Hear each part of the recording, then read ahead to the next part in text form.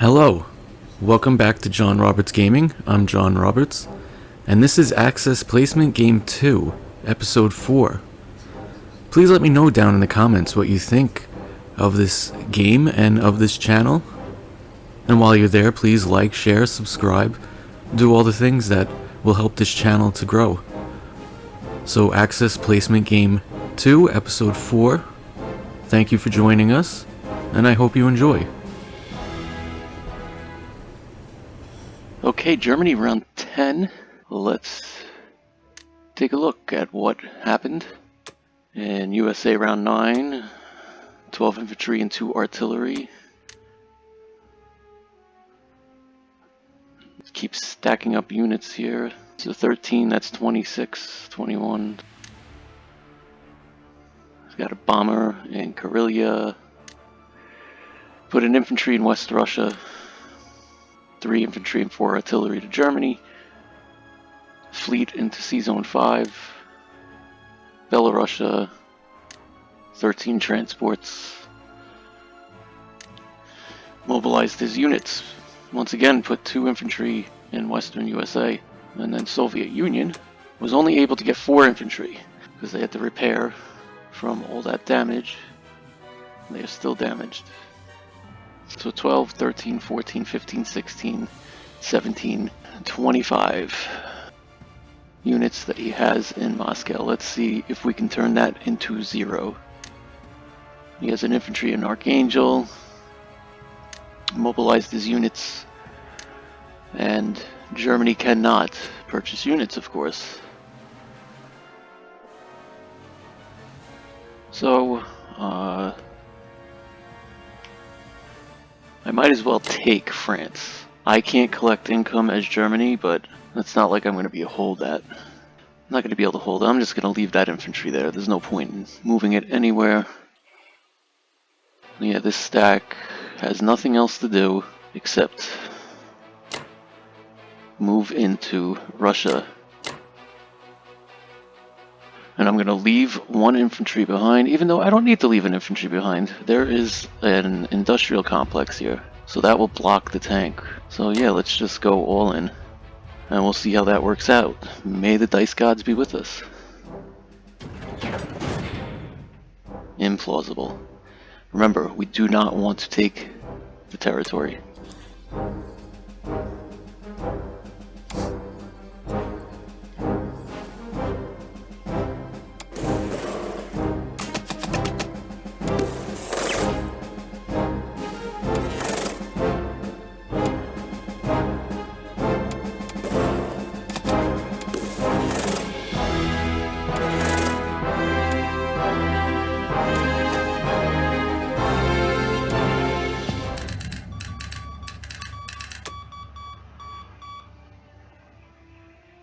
Okay, that was actually pretty vicious, but let's see, he's got 16, and I theoretically 5, 6, 7, 8, 9, 10, 11, 12, 13, 14, 15, 16, 17, 18, 19, 20, 21, 22.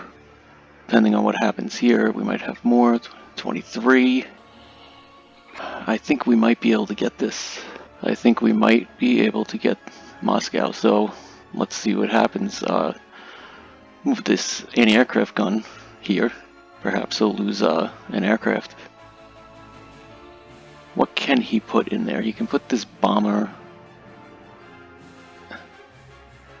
The bomber is the only thing that can reach. The tank is blocked by this.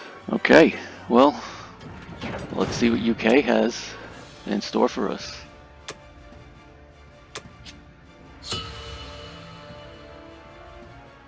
Okay, so it's Japan round 10. Let's look over UK's turn. 15 infantry, 2 fighters, 1 bomber.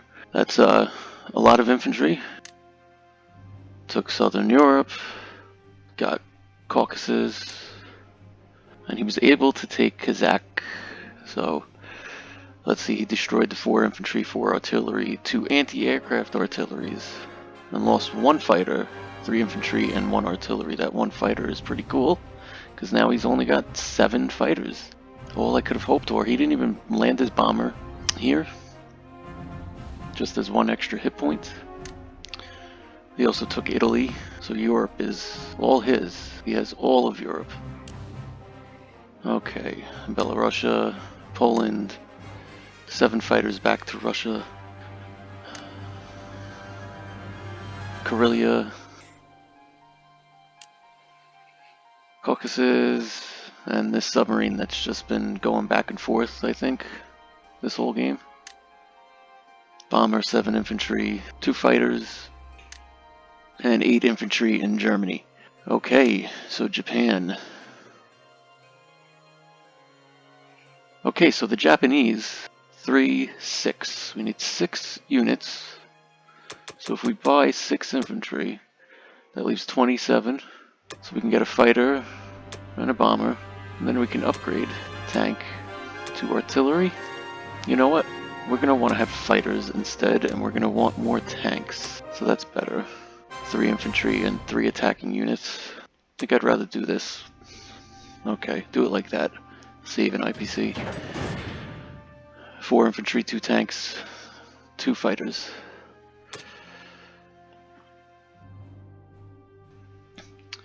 And now for the big one. Might as well blitz that. And everything. So how does that look? That is strong.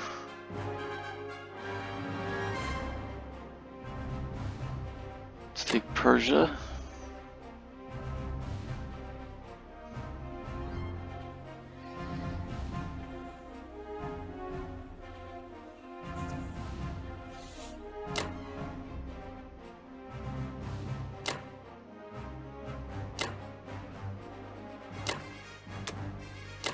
Okay, I've decided to make an assault on Kazakh as well.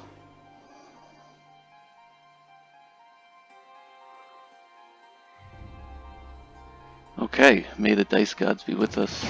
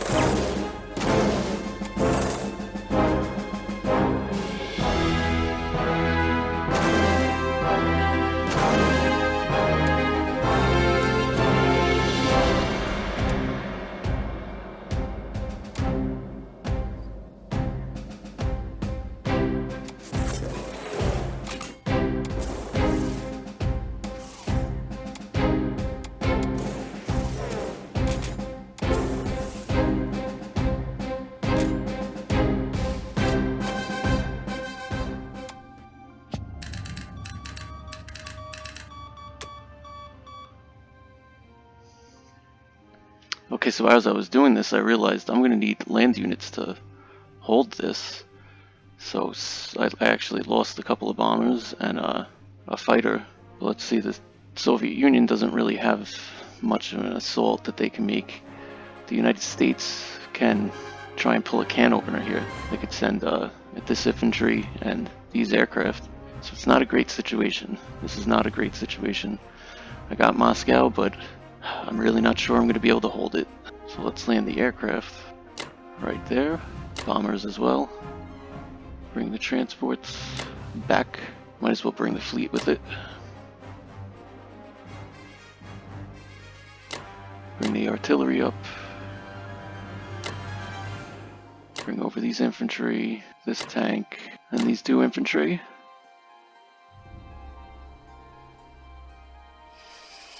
Okay, so let's see what happens with that.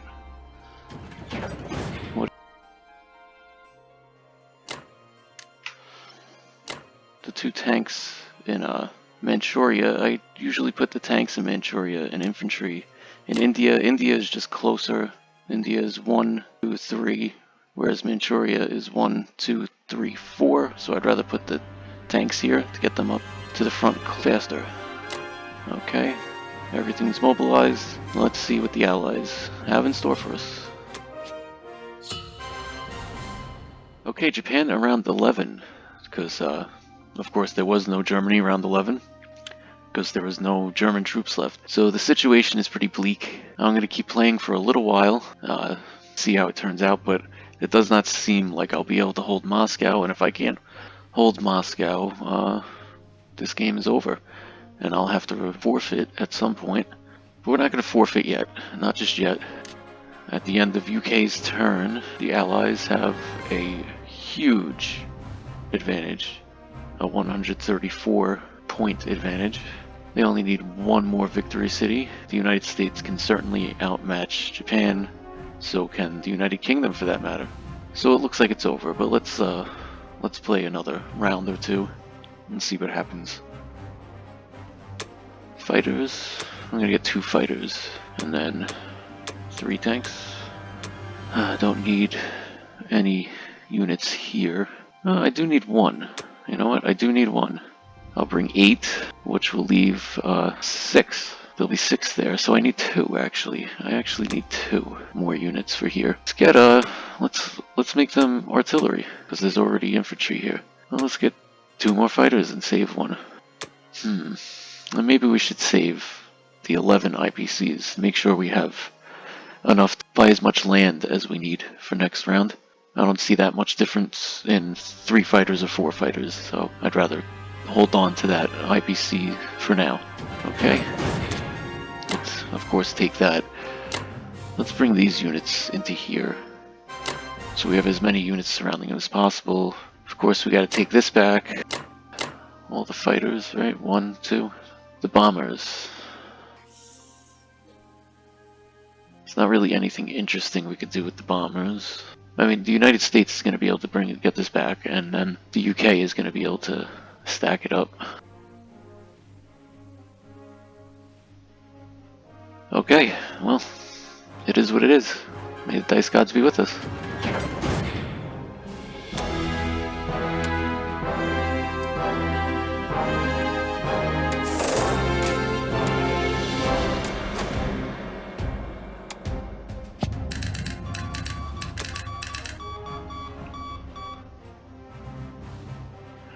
Okay, let's land fighters in Kazakh. Let's land the bombers in Kazakh. Get the tanks over to Kazakh. These 3 infantry into Persia. These 2 into Xinjiang. Move over that. 2 fighters. Do not forget the infantry. This is why we're in this situation. There are 14 infantry missing here. Or actually here by now. These 14 infantry should be on the land, and I handed this game to this player, so we'll stick it out a little bit, be a good sport. But we can all see the writing on the wall. Double and triple check, and that looks good. Alright, all the aircraft on Japan, always, they can fly. All the tanks in Manchuria. India is just slightly closer, so we put the slower units out there. Let's see what the Allies have in store for us. Alright, now we're at Japan round 12. Like I said, it's looking pretty bleak, but let's see. We're gonna have to review first USA, round 11. 6 infantry, 2 fighters, 1 artillery. Caucasus. Okay. The move to Canada. Equatorial Africa. Moved units into Ukraine. Some fleet moving around. 1 fighter in West Russia. All his transports. Okay, C-Zone 11. Mobilizes units all out of Eastern United States. Soviet Union took Vologda with their 1 infantry. And then the United Kingdom. 20 infantry, 1 tank. They took back Russia, of course. Archangel, stack up West Russia more, stack up Ukraine more, stack up Poland more.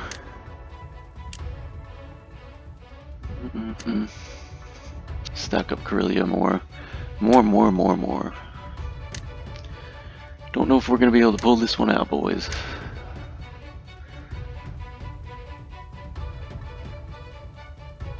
So Japan has more than they can spend, I think. What does 14 look like?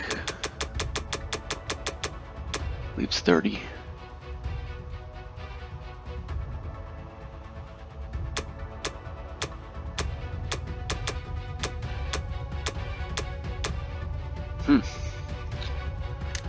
And one bomber.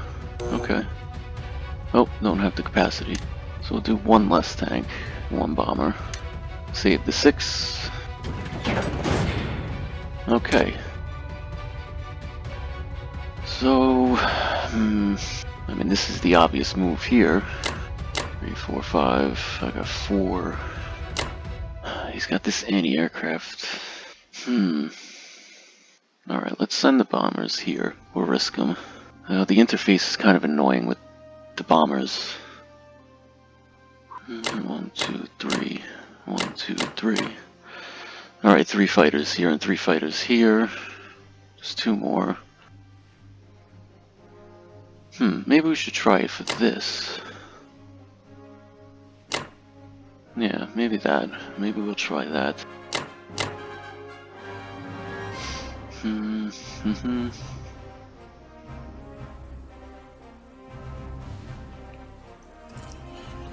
Okay, that's all we got. May the dice gods be with us.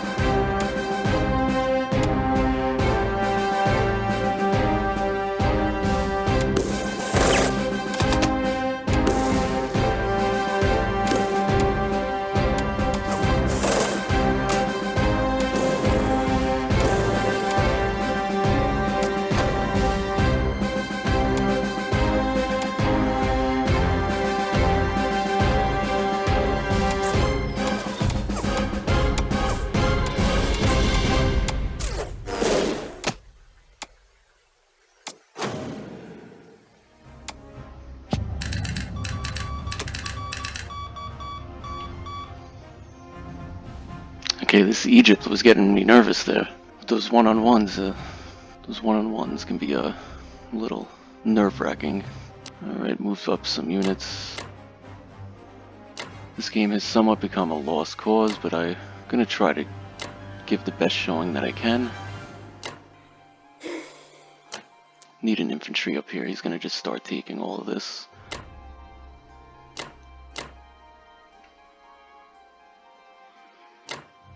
The 3 fighters. 6 infantry. That we remember to transport. That's all my units. No need for a double, triple check. I have no units left to move. So we move to mobilization. The bomber on Japan, of course. 3 of the tanks in Manchuria, 2 of them in India.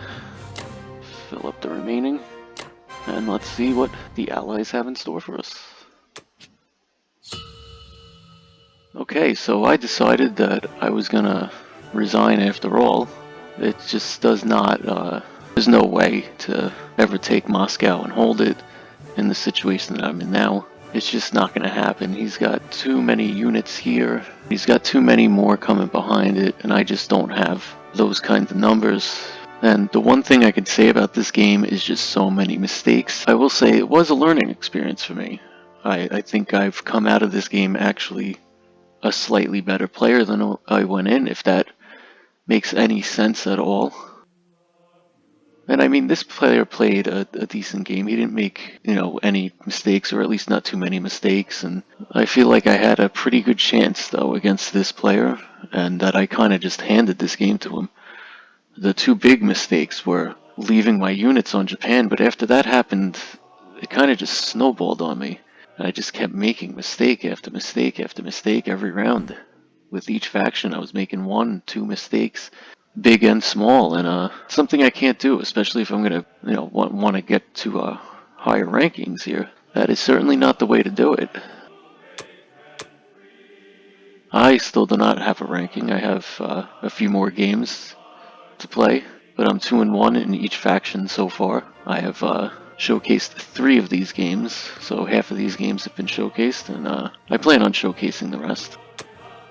Okay, so General Skunkape appears to be a high gold, low platinum player, so this was a halfway decent player. And like I said, I feel like I had a shot with this player, and I threw that out the window. Man, there's just really not much more that can be said about it. General Skunkape, good game. On my part, I will say that I played very poorly in this match. So most hopefully I will do much better in the future. And that is always the hope here, and that's why I'm here. And that's why I decided to make these videos, is so that we can all try to find our weaknesses. Sometimes replaying these videos helps me see like where I went wrong and how I can improve for the future, and I'm hoping that some of you can watch these videos and pick up on those little nuances and give me some feedback in the comments. So once again, General Skunkape, good game. Maybe we'll meet again in the future. So I'd like to thank you for joining us for Axis Placement Game 2, and please do join us for our next video and our next match. Please like, share, subscribe, do everything you can do to support this channel. Please let us know down in the comments what you think of these games and of my channel. And as always, thank you for watching.